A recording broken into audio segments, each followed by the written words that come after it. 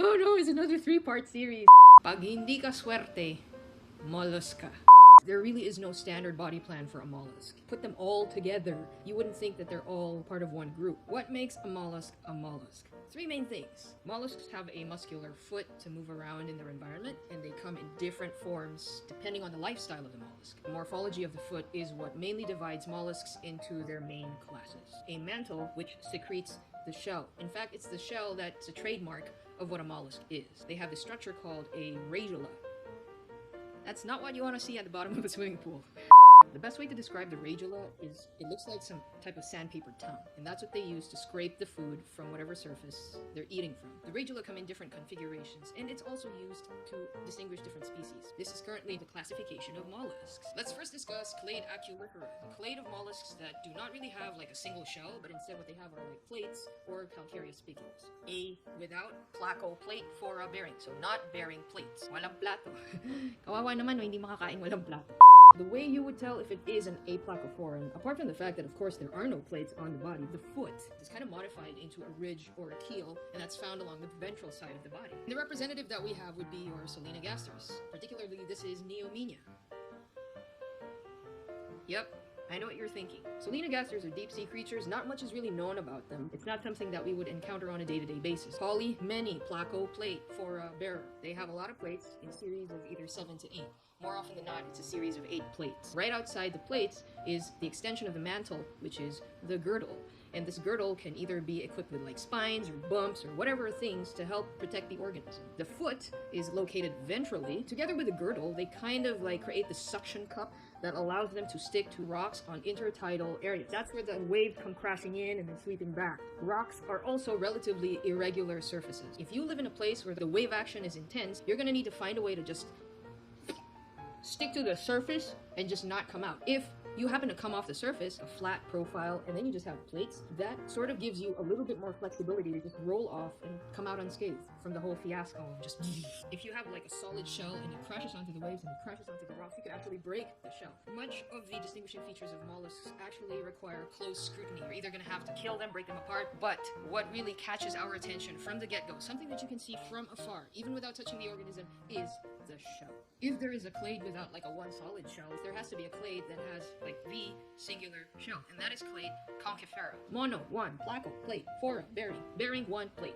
They kind of look like limpets. If you could tell the difference, they have 3 to 6 pairs of gills if you look at them. Cephalo, head, poda, foot. Their foot's like next to the head. The foot is in the form of the arms and the tentacles. Dito po nabibilang ang octopus, squid, and cuttlefish. So where is the shell? Many of the members of this group have either an internal or a highly reduced shell. Scaphopoda, spade foot. Their foot kind of looks like a shovel. They use their spade-like foot to dig through the substrate, so many of them are actually buried in the sand. They have these structures called catacula. They kind of pick the bits and pieces off of the sand or the substrate, and then they just eat whatever they can find there. It's catacular. Commonly, they're also known as the tusk shells or the tooth shells. The tusk-shaped shell is actually open at both ends. The part of the shell that's exposed at the surface, that's kind of where the waste products exit. So you need that opening at the top, otherwise it'll just accumulate. You don't want to be lying right next to your own piss and shit. Best to just pump it out of your system and have it be carried away by the current. The representative that we have here is under the genus Dentalium. If you've ever had like a beach vacation, these are the ones that you typically see being turned into necklaces. Bivalvia,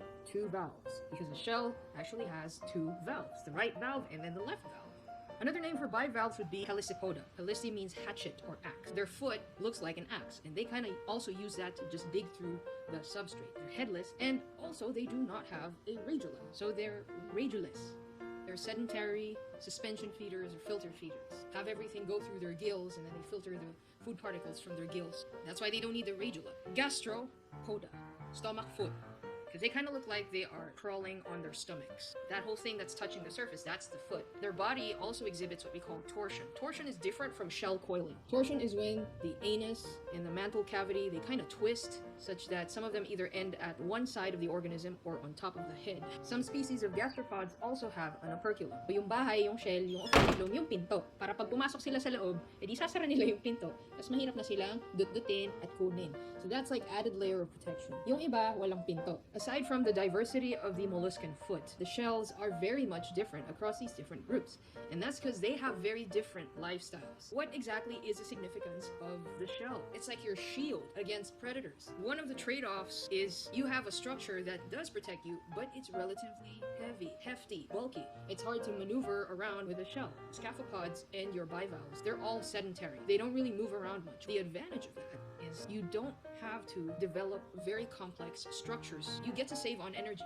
And that's also because if you're just going to depend on the food that's flying around your direction, then you can't really choose the kind of food that you eat. The food that's available to suspension feeders or sedentary organisms would be very low nutrition type of food. You don't need a head with a brain that eats up so much energy. The kind of diet that they have cannot support that system. Maybe they just have a few ganglia or nervous tissue, but then that's it. On the other end of the spectrum, you see cephalopods. They're like, they are the most mobile of the mollusks. Now the trade-off is, fuck it, I don't need this shell. Or if I'm gonna have a shell, I'm just gonna keep it inside my body. Practically useless, it really can't protect me, except maybe for nautiloids. If you don't have to lug that heavy thing on you, then you can move with much greater speed and you can travel much farther distances. You can actually pursue food. You can be a predator. You can chase down your food.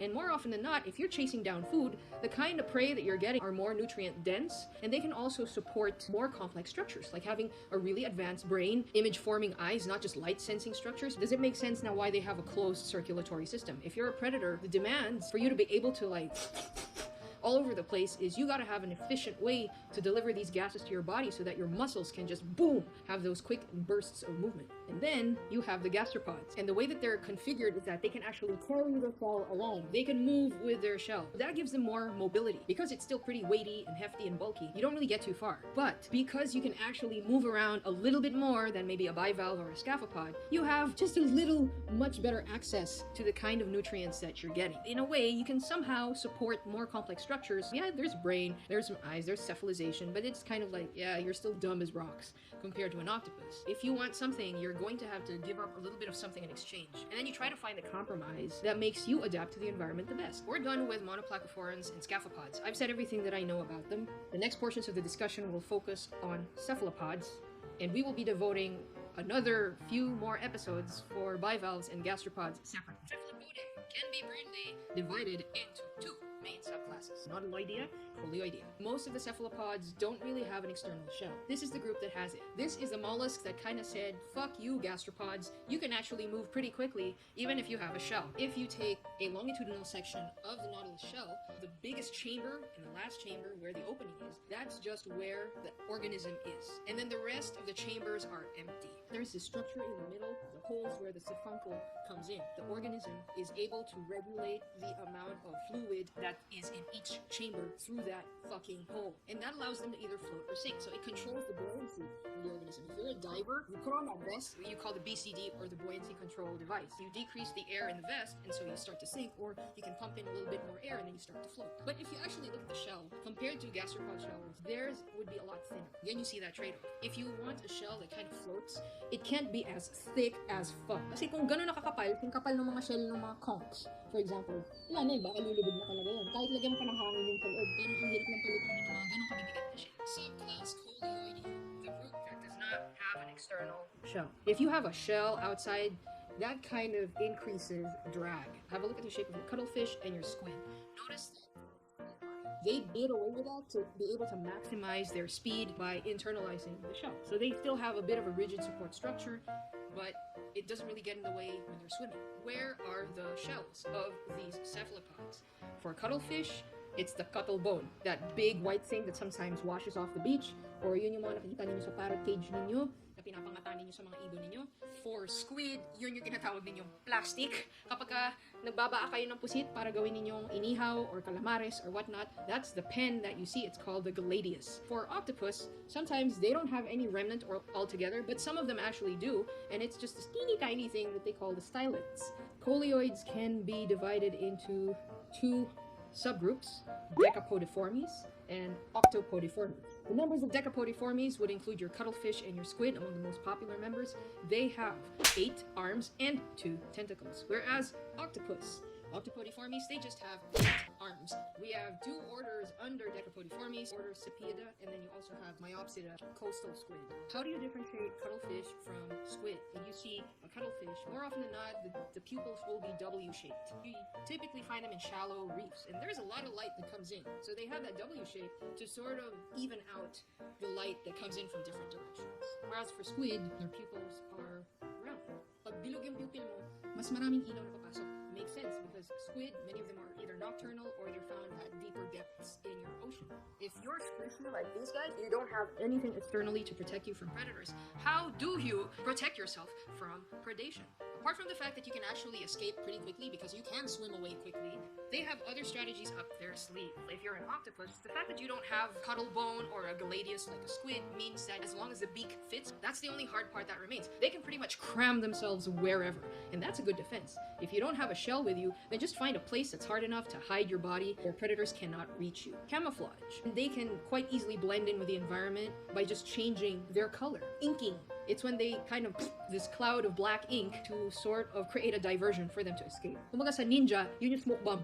And in really extreme cases, some species have venom. Ano naman to? This is Argonauta, and you call this commonly the paper nautilus, but it's actually an octopus. That thing that looks like a shell, that's actually like a brood chamber or an egg chamber that the female makes so that she can store the eggs there. That is it for the first part of mollusks. Very diverse forms, and yet they're sort of united by these features: the foot, the mantle that secretes the shell, and the radula. I hope to see you next time as we explore bivalves and gastropods. Toodles!